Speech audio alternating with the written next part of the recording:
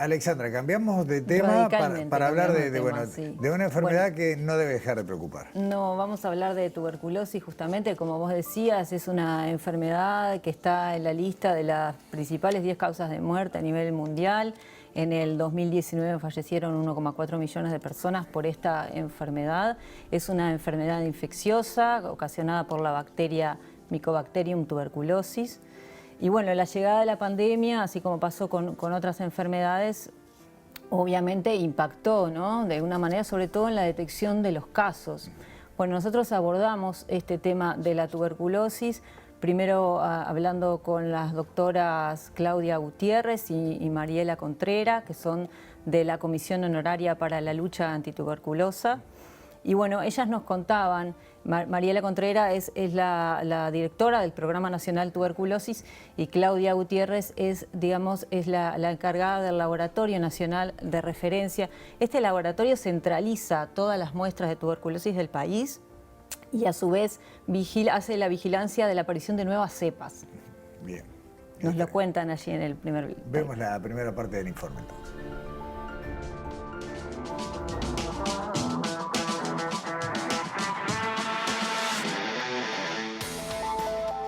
El Programa Nacional de Tuberculosis es uno de los principales programas de la Comisión Honoraria de Lucha Antituberculosa y Enfermedades Prevalentes y tiene como objetivos generales lograr el control y la prevención de la tuberculosis en el país.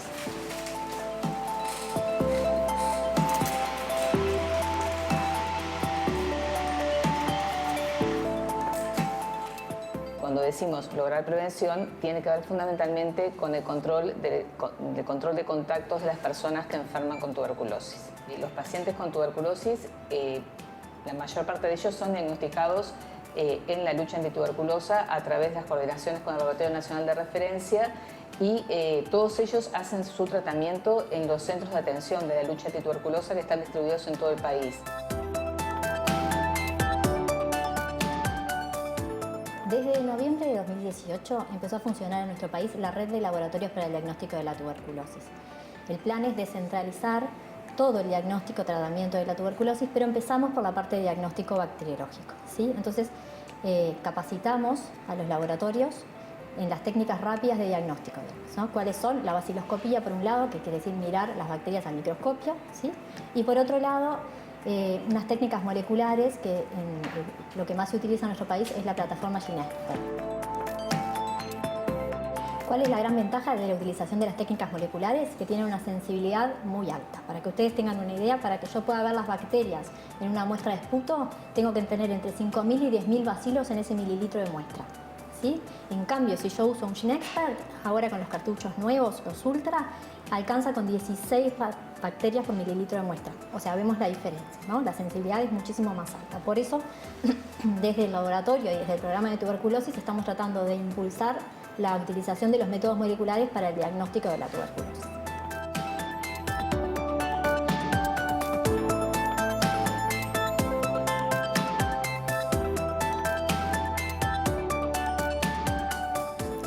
Sin duda que hay todo un sistema armado para dar seguimiento a la tuberculosis, lo que no impide que siga siendo un problema serio. Exactamente. Bueno, este año la Comisión Honoraria para la Lucha Antituberculosa emitió su informe en julio sobre justamente cuál fue la situación en Uruguay en el 2020 con la llegada de la pandemia.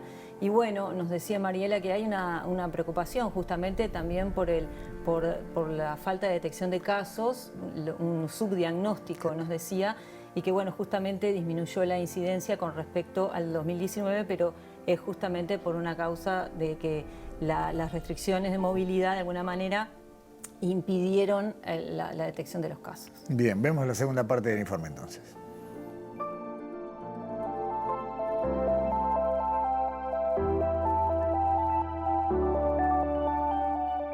Las principales repercusiones de la pandemia COVID-19 sobre la tuberculosis en el país el año pasado estuvieron fundamentalmente en dos niveles. Uno, en la detección de casos, o sea, se diagnosticaron muchos menos casos, lo cual eso está vinculado obviamente a todo lo que fue la pandemia en el sentido de las medidas restrictivas que hicieron de movilidad, la dificultad de acceso a la salud y un montón de enfermedades que han quedado relegadas. Además de disminuir la detección de casos, obviamente disminuyó la detección de contactos de personas enfermas, están absolutamente relacionados. Esto de lo que determinó es que llegaran muchas menos muestras diagnósticas al Laboratorio Nacional de Referencia, lo que nos habla que la incidencia que tuvimos el año pasado, que fue de 27,4 por 100.000 habitantes, menor que la que veníamos teniendo, está vinculada a un subdiagnóstico, a una falta de detección de casos y no a una mejoría de ese indicador epidemiológico, lo cual desde esa lectura es un tema preocupante. Dentro de los grupos de riesgo, el más importante es el grupo de los contactos de las personas que enferman. Allí es donde la tasa de incidencia de la población general, que dijimos que está en 27,4, se multiplica por varias veces. O sea, las personas que tuvieron el contacto con una persona enferma, sobre todo los niños, son los que tienen mayor probabilidad de enfermar. Después le siguen las personas con VIH. Con VIH por la inmunosupresión que genera el VIH, es una de las principales enfermedades que estos pacientes pueden desarrollar. Y después el otro grupo de riesgo son las personas privadas de libertad. Alexandra, ahí con datos y con una situación más clara, ¿no? Y lo dicho, probablemente esa falta de detección es lo que esté detrás de esta caída en el número de casos, ¿no? Exactamente. Y bueno, ahora en el próximo tape lo que quisimos hacer fue un acercamiento a lo que es la investigación científica en Uruguay de la detección de la tuberculosis. Y bueno, justamente fuimos hasta el Instituto Pasteur, hablamos con el doctor Carlos Robelo, que bueno, él nos contaba las líneas de investigación desde el punto de vista genético también de las cepas que están circulando. Y bueno, y la doctora Claudia Gutiérrez también nos cuenta la diferencia entre tener la enfermedad y tenerla en forma latente. Excelente. Vemos la última parte del informe entonces.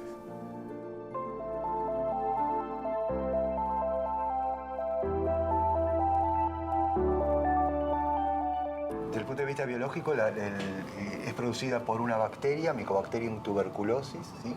Que es un complejo en realidad de bacterias y que es una bacteria que es capaz de infectar células y vivir dentro de células humanas. En particular, vivir es como que se metiera en la boca del lobo, es decir, son capaces de vivir en células que se llaman macrófagos, que son para las defensas, es decir, son células del sistema inmune para nuestra defensa. Este parásito entra dentro de los macrófagos, reprograma esas células humanas que están hechas para destruir al parásito y de alguna manera acondiciona todo, cambiando la expresión de genes, acondiciona todo para poder persistir.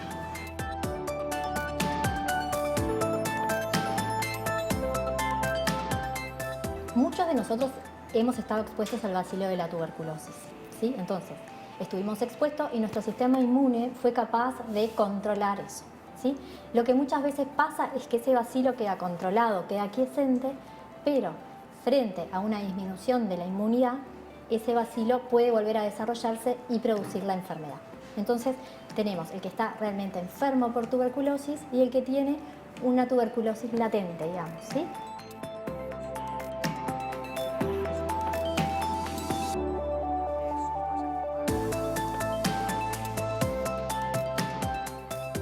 Nuestro laboratorio comenzó trabajando en el año 2010 en tuberculosis y básicamente porque nosotros, aparte de ser laboratorio de interacciones hospedero-patógeno, somos una plataforma de biología molecular.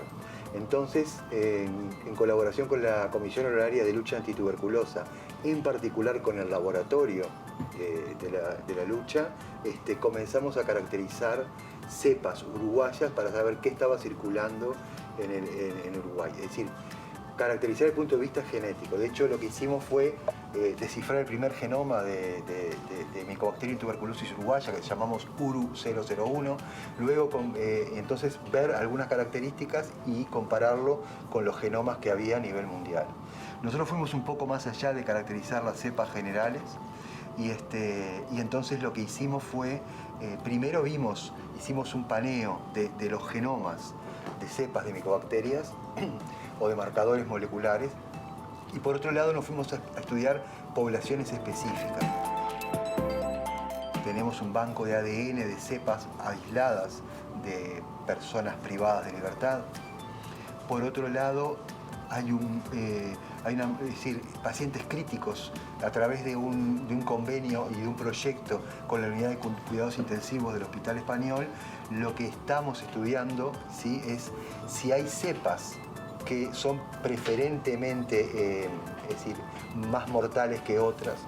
¿Cuánto depende del paciente crítico? Cuando digo paciente crítico es los que llegan al CTI, de los cuales un porcentaje fallece y el otro se salva, pero de todas maneras es una tuberculosis muy virulenta. Entonces estamos estudiando a ese nivel. Alexandra, hasta acá el informe, lo que no quita que haya que seguir de cerca este tema, ¿no? Que no es solamente hablar de tuberculosis una vez al año. Exactamente, resaltaba Robelo justamente la importancia de la profundización en la investigación científica de esta enfermedad.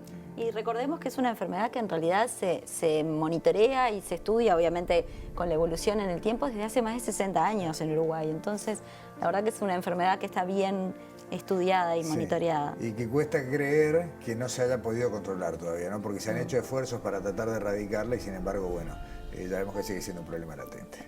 Alexandra, Daniela, muchas gracias. Hasta el martes próximo. Hasta el martes que viene. Enseguida volvemos aquí en Sobre Ciencia para el último tramo de nuestro programa de esta noche.